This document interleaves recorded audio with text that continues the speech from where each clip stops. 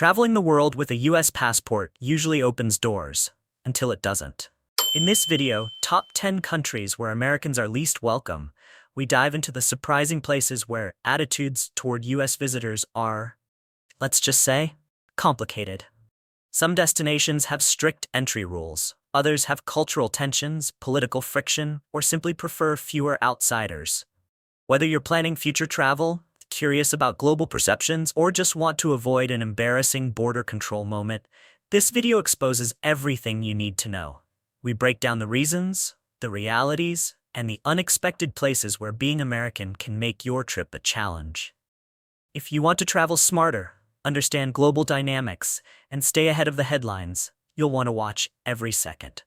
Welcome to Mr. Globe TV. Hit like, subscribe, and turn on notifications so you never miss a video about global travel, culture, and the places shaping the world in real time.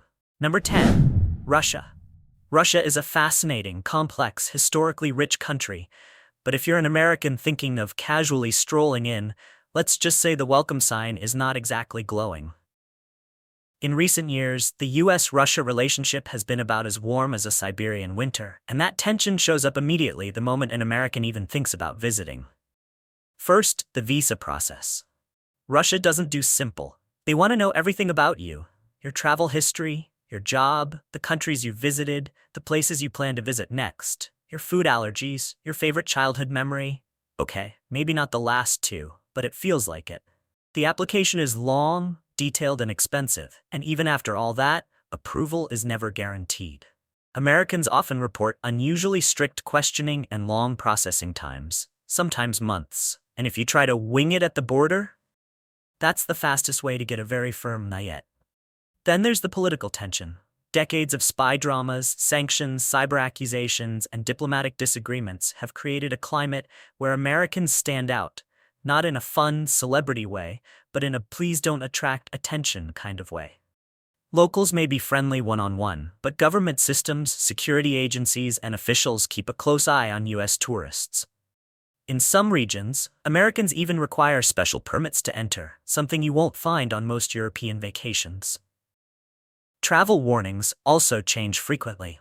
The US State Department has issued repeated advisory alerts due to unpredictable detentions, increased surveillance, and restrictions on movement. It's one of the few countries where being in the wrong place at the wrong time could land an American in serious bureaucratic trouble, sometimes for reasons that aren't even clear. Even the simple joys of travel can get complicated. Banking restrictions mean American credit cards don't always work, flights are limited, and getting around without Russian language skills is like trying to read the Cyrillic alphabet with your eyes closed. Ambitious, but not recommended. But here's the thing, Russia is still extraordinary. The architecture is theatrical, forests endless, and the culture layered with poetry, art, ballet, and history. There's substance everywhere. You just don't get to enjoy it easily as an American traveler. The barriers aren't personal, they're political, and they're real. Number 9. Iran. Iran is one of the most misunderstood countries on earth. Stunning architecture, poetic history, warm people, and food so good it makes you question your life choices. But if you're an American planning a trip, the universe has a message for you. Good luck getting in. Iran is one of the most difficult countries for US citizens to enter, not because the locals dislike Americans, but because the governments, let's just say, they're not sending each other holiday cards. For Americans, independent travel is not allowed. You can't simply book a flight, grab a backpack, and wander around Tehran like some adventurous travel blogger. The Iranian government requires US tourists to be escorted by a government-approved guide at all times. Yes, at all times. You are essentially in a sightseeing version of a supervised school trip, minus the cafeteria lunches. The visa process is another marathon. Americans must apply through an authorized Iranian travel agency, often answering questions that feel like a personality test written by a geopolitical strategist. Processing can take weeks, sometimes months, and approval is never guaranteed. And even after getting the visa, American travelers may still face extensive questioning upon arrival. Iran prefers to know exactly who you are, where you're going, and why you're not staying home and watching documentaries instead. There's also the political tension. Decades of sanctions, Nuclear negotiations and diplomatic drama have created an atmosphere where Americans are watched very closely. The U.S. State Department routinely warns against travel due to risks of arbitrary detention, and Iran's government has detained dual nationals and foreign visitors before. So while Iran's bazaars may glow with color, and its mosques shimmer like geometric masterpieces, Americans are one bureaucratic miscommunication away from starring in a story they did not sign up for. What makes this more frustrating is that everyday Iranians are famously hospitable. Ask travelers from Europe or Asia, and they'll rave about tea invitations from strangers, heartfelt conversations, and generous meals from people who simply want to share their culture. But Americans rarely get to experience that freely due to the many restrictions wrapped around their visits. And let's not forget the paperwork. No U.S. embassy in Iran means if something goes wrong, you're relying on the Swiss embassy, which kindly represents U.S. interests, but cannot magically fix a political disagreement. Number 8. Afghanistan. Afghanistan is one of the most beautiful countries in the world. Mountains that scrape the sky, valleys that look carved by poetry, and a history so deep it makes most nations seem like toddlers. But for Americans? Let's be honest. This is not the place where you casually book a round-trip ticket and expect a warm welcome bag at the airport.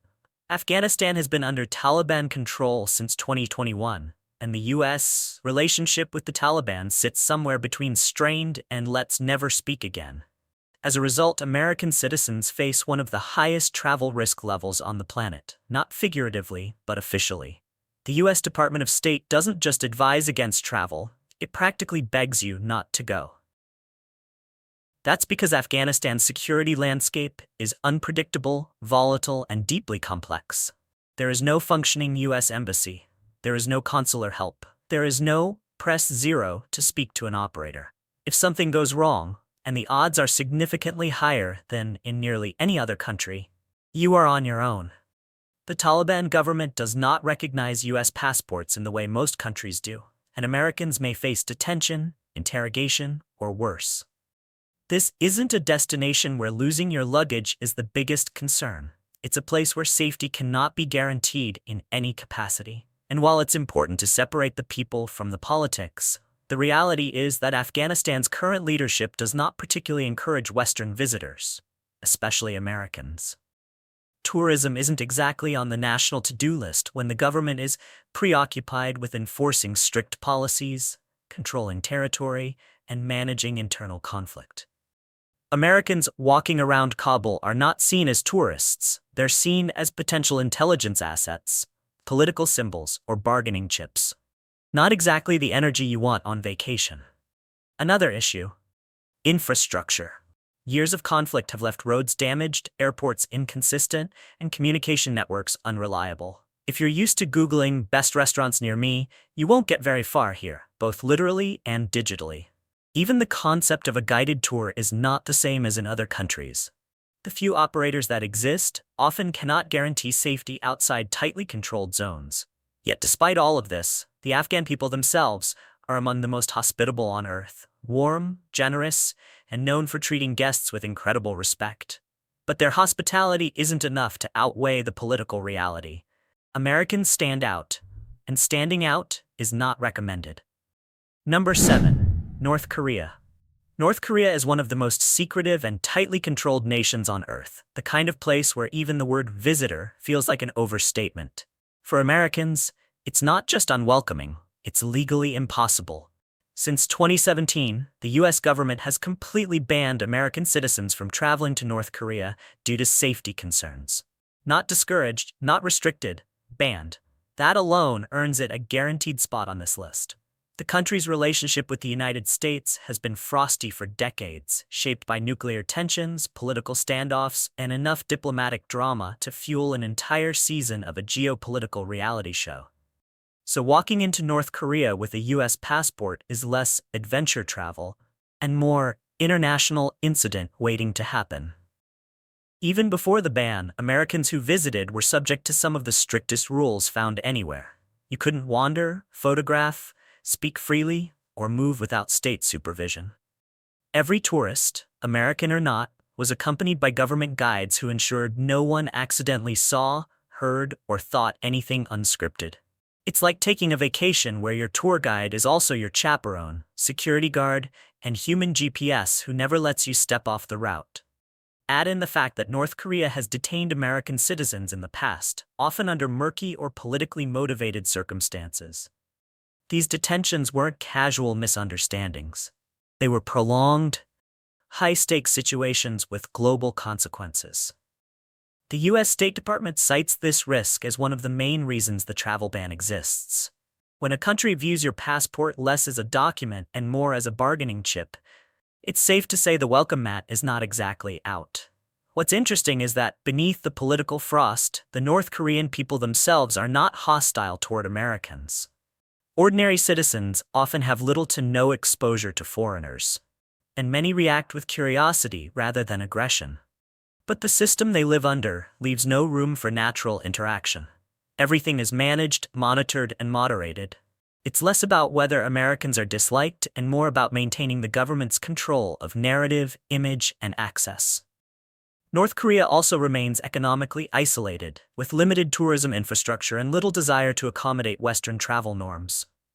There are no casual cafes to stumble into, no lively public markets to explore, no spontaneous adventures to be had. It's scripted travel in its purest form, tightly choreographed and packaged to present a specific image. Number 6. Venezuela. Venezuela is one of the most naturally stunning countries in the world, a place blessed with angelic waterfalls, Caribbean beaches, Andean mountain peaks, and wildlife-packed rainforests. But when it comes to welcoming Americans, that beauty doesn't translate into open arms. The relationship between the U.S. and Venezuela has been strained for years, and the political tension has spilled into every corner of travel, diplomacy, and day-to-day safety. The government has strict visa requirements for Americans, unpredictable approval timelines, and entry rules that can change faster than the exchange rate. Even travelers who manage to navigate the paperwork face an environment where foreigners, especially Americans, draw attention. Not celebrity-style attention, more like, "Why are you here?" attention. Part of the challenge is the political landscape. For years, U.S. sanctions, diplomatic disputes, and accusations on both sides have shaped how Venezuela interacts with American citizens. It's a climate where mistrust overshadows tourism, and where visas are less about travel logistics and more about political signaling. When a country sees your passport as a negotiation piece, you won't be finding welcome banners at the airport. Safety concerns also play a major role. Venezuela's economic crisis has led to high crime rates, shortages of basic goods, and infrastructure issues that make independent travel extremely difficult. Reports of kidnappings, robberies, and scams targeting foreigners, regardless of nationality, are common. For Americans, the risk calculus is even sharper, especially since consular services are severely limited. When the U.S. State Department has both eyebrows raised, it's worth paying attention. What makes Venezuela unique is the contrast between the political hostility and the warmth of everyday people. Venezuelans are famously friendly, humorous, and generous. Most citizens have zero animosity toward Americans. In fact, many have family members living in the U.S. The issue isn't the people, it's the system around them. Strict controls, policing, and surveillance make spontaneous human connection almost impossible. Even the tourism infrastructure, once thriving, has taken a hit. Many hotels operate at minimal capacity, flights in and out are limited, and reliable transportation is, well, a rare luxury. Travel here requires planning worthy of a secret mission. All of this combines to create a destination that is visually tempting but logistically exhausting, especially for Americans.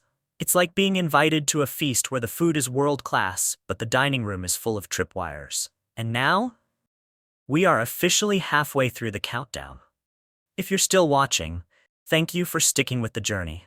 The remaining 5 countries each have their own unique mix of history, politics, and perception that make them even more challenging for Americans to enter. Before we continue, hit that like, tap subscribe, and turn on notifications so you don't miss the rest of the list. Number 5. Syria. Syria is one of the oldest continuously inhabited places on Earth, a country where history isn't just preserved in museums, it's embedded in the stones, the streets, and the ruins that predate most countries by thousands of years. But for Americans, visiting Syria in the modern era isn't just difficult, it's almost a geopolitical obstacle course. Let's start with the basics. The US and Syrian governments are not exactly on friendly terms. With diplomatic relations suspended, embassies closed, and decades of mutual suspicion layered on top of a brutal civil war, Syria is one of the strictest Americans not recommended destinations on the planet. Travel restrictions, visa denials, and intense screenings are standard. And even when rare exceptions are made, the process can feel like applying for membership in an exclusive club that doesn't want new members. The conflict itself is a huge part of the issue. Although some regions have stabilized in recent years, much of the country still deals with fragile ceasefires, unpredictable security conditions, and the presence of multiple armed groups. Americans aren't exactly encouraged to show up and stroll around, especially since certain groups consider U.S. citizens high-value targets. That's not exactly the kind of VIP status anyone wants. For travelers who love ancient sites, Syria would normally be a dream. Damascus, Aleppo, and Palmyra are places that once drew visitors from around the world. But years of conflict have damaged infrastructure, reduced tourism facilities, and created an environment where sightseeing often requires military escorts, special permissions, or routes that avoid contested zones. Add in the fact that there's no functioning U.S. embassy to call if things go wrong, and suddenly the whole trip feels less like a vacation and more like a high-stakes expedition. Syria's government also maintains strict control over movement, photography, and interactions. Foreigners, especially Americans, attract attention, not because locals are unfriendly, but because the political atmosphere makes every unfamiliar face a potential concern. Even everyday activities like walking through a market or taking a picture can lead to questions or restrictions. It's important to highlight that none of this reflects the Syrian people themselves. Syrians are famously hospitable, warm, family-oriented, and generous. Ask anyone who lived or traveled there before the war. This was once one of the most welcoming cultures in the Middle East. The barrier isn't cultural, it's political and security-driven. And that's what makes Syria one of the hardest places for Americans to visit today. A beautiful historic country wrapped in layers of conflict, restrictions, and geopolitical tension. It's a destination that inspires fascination, respect, and sadness all at once, a reminder of how quickly circumstances can shift. Number 4. Libya. Libya is one of those places that makes you stop and rethink everything you thought you knew about North Africa. Golden Sahara dunes, ancient Greek and Roman ruins that could rival Italy's, turquoise Mediterranean waters, and vast oil wealth. On paper, Libya should be a tourism powerhouse. But for Americans, it remains one of the most unreachable destinations on Earth, and not because the flights are sold out. The issue starts with the fact that Libya hasn't had a fully unified government in over a decade. Multiple authorities, competing militias, shifting alliances, it's a political jigsaw puzzle with pieces that never quite lock into place.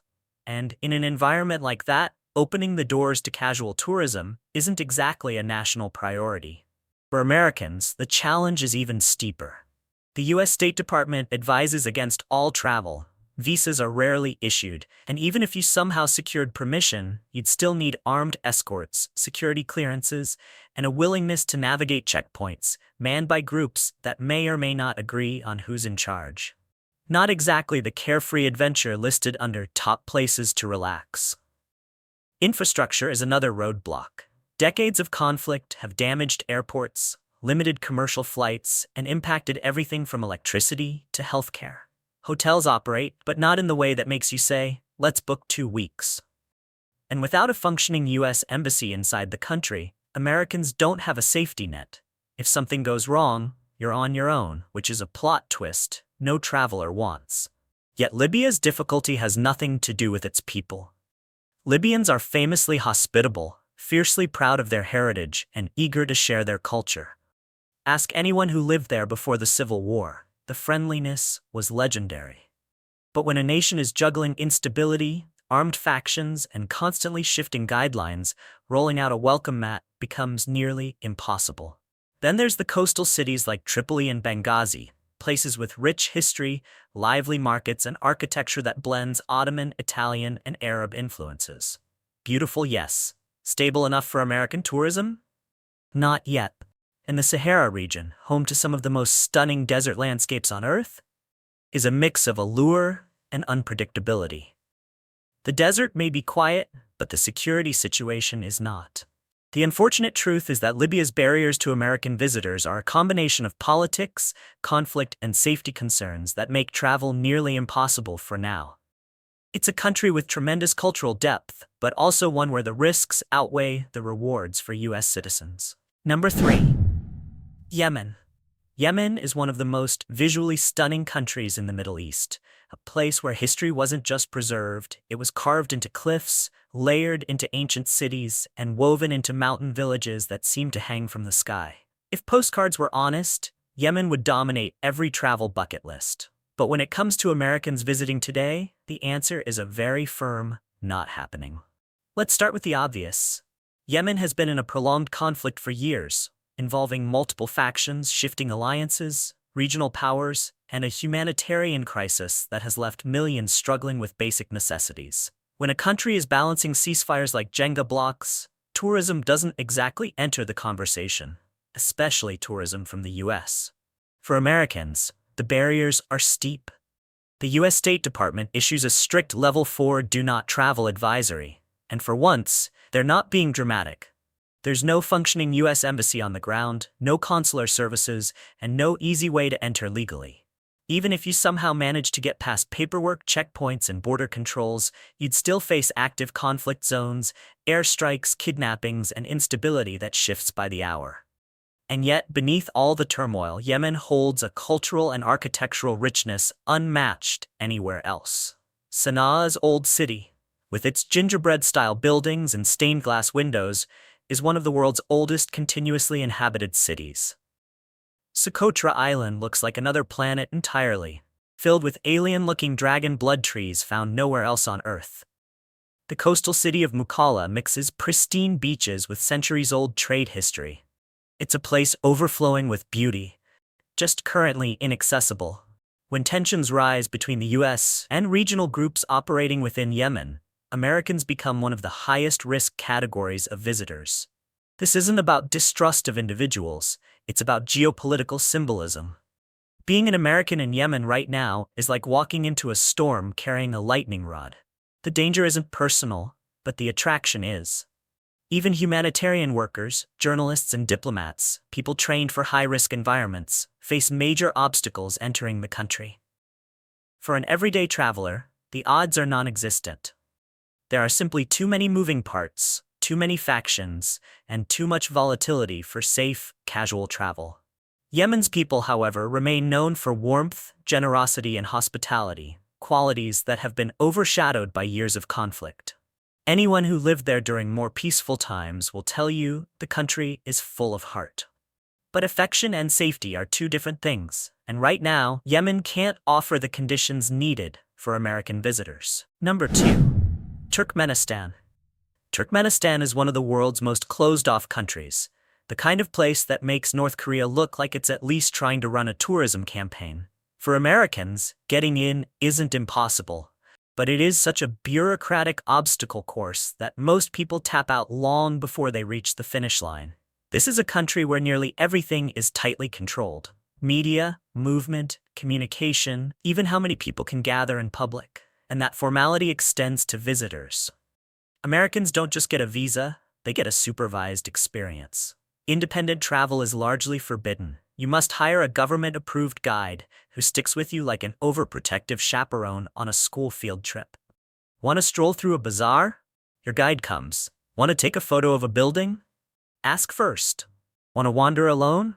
Not happening. Turkmenistan's government is famously sensitive about image and information. It's not personal toward Americans, it's simply how the system works. Foreigners, especially from Western countries, are viewed as potential risk factors, not vacationers looking for souvenirs. And while the country isn't openly hostile, the layers of restriction make you feel more like a guest being carefully monitored than a traveler. Yet underneath the formality, Turkmenistan is fascinating. Its capital, Ashgabat, looks like Las Vegas, and Dubai had a marble-obsessed baby. The city holds world records for most white marble buildings, and the skyline glows under spotlights at night like a futuristic movie set. Outside the capital, deserts stretch endlessly, broken only by ancient ruins and the legendary Darvaza gas crater, also known as the Door to Hell, a fiery pit that has been burning since 1971. Ironically, it's one of the few things that doesn't require a permit to photograph. Turkmenistan's history is rich: Silk Road legacy, ancient fortresses, and unique nomadic culture. But tourism is treated like a controlled substance. Only around 15,000 foreign tourists enter each year, and the country rejects the overwhelming majority of visa applications. For Americans, the odds are even slimmer. The U.S. State Department warns about surveillance, restricted travel zones, and lack of accessible services for foreigners. And because the two nations don't always see eye to eye politically, things can feel a bit frosty. Safety isn't the issue. Turkmenistan is actually safer than many open countries. Crime rates are low, cities are clean, people are traditionally warm and hospitable. The challenge is the system itself. Everything must be arranged, approved, planned, and escorted. For Americans used to freedom of movement, this feels less like a trip and more like a guided diplomatic visit. Number 1. Eritrea. Eritrea is, without exaggeration, one of the hardest countries in the world for Americans, or anyone really, to enter. This isn't about hostility or danger. It's about control, secrecy, and a level of bureaucracy that makes even the strictest countries look flexible. Start with the visa. Eritrea doesn't just hand them out. Americans can apply, but approval is notoriously rare and painfully slow. Even if you manage to get one, your freedom inside the country is limited. Every movement outside the capital, Asmara, requires a special travel permit. Want to drive to another city? Permit. Want to visit the coastline? Permit. Want to see historical sites? Permit. It's the only destination where your itinerary needs more paperwork than an international adoption. Why so strict? Eritrea has been called Africa's North Korea, not because it looks or feels anything like Pyongyang, but because it keeps a tight grip on borders, information, and internal affairs. The government is cautious, self-contained, and extremely selective about who gets in. For many Americans, the challenge isn't safety or hostility, it's simply access. You can't interact with a place you can't reach. Yet the irony is that Eritrea itself is stunning. Asmara is a UNESCO World Heritage Site filled with Art Deco architecture that looks like 1930s Italy, accidentally landed in East Africa. The Red Sea coastline is pristine and almost untouched. The culture is warm, proud, and deeply rooted. The food, especially the traditional injera and stews, is unforgettable. And the country is surprisingly safe for those who do make it in. Crime is low, the streets are orderly, and locals are known for hospitality. But despite its beauty, Eritrea remains one of the most closed nations on Earth. Journalists rarely receive access. International organizations operate under heavy restrictions. Americans, even tourists, are viewed cautiously, and travel permissions are handled with the delicacy of classified files. The government's isolationist approach has kept the country stable in some ways, but it has also placed it firmly on the list of places where Americans are least welcomed, not by animosity, but by policy. And that brings us to the end of our countdown. From strict visas to closed borders to political tensions that shape entire travel policies, these 10 countries reveal an uncomfortable truth. Being American doesn't guarantee open doors everywhere. Travel is a privilege, not an automatic right, and the world is far more complex than airline ads make it seem. Thank you so much for joining me on this journey through the world's hardest places for Americans to visit. If you learned something new, gained perspective, or simply enjoyed the ride, don't forget to like, subscribe, and share this video with someone who loves global insight as much as you do. Let's keep exploring together, one honest conversation at a time.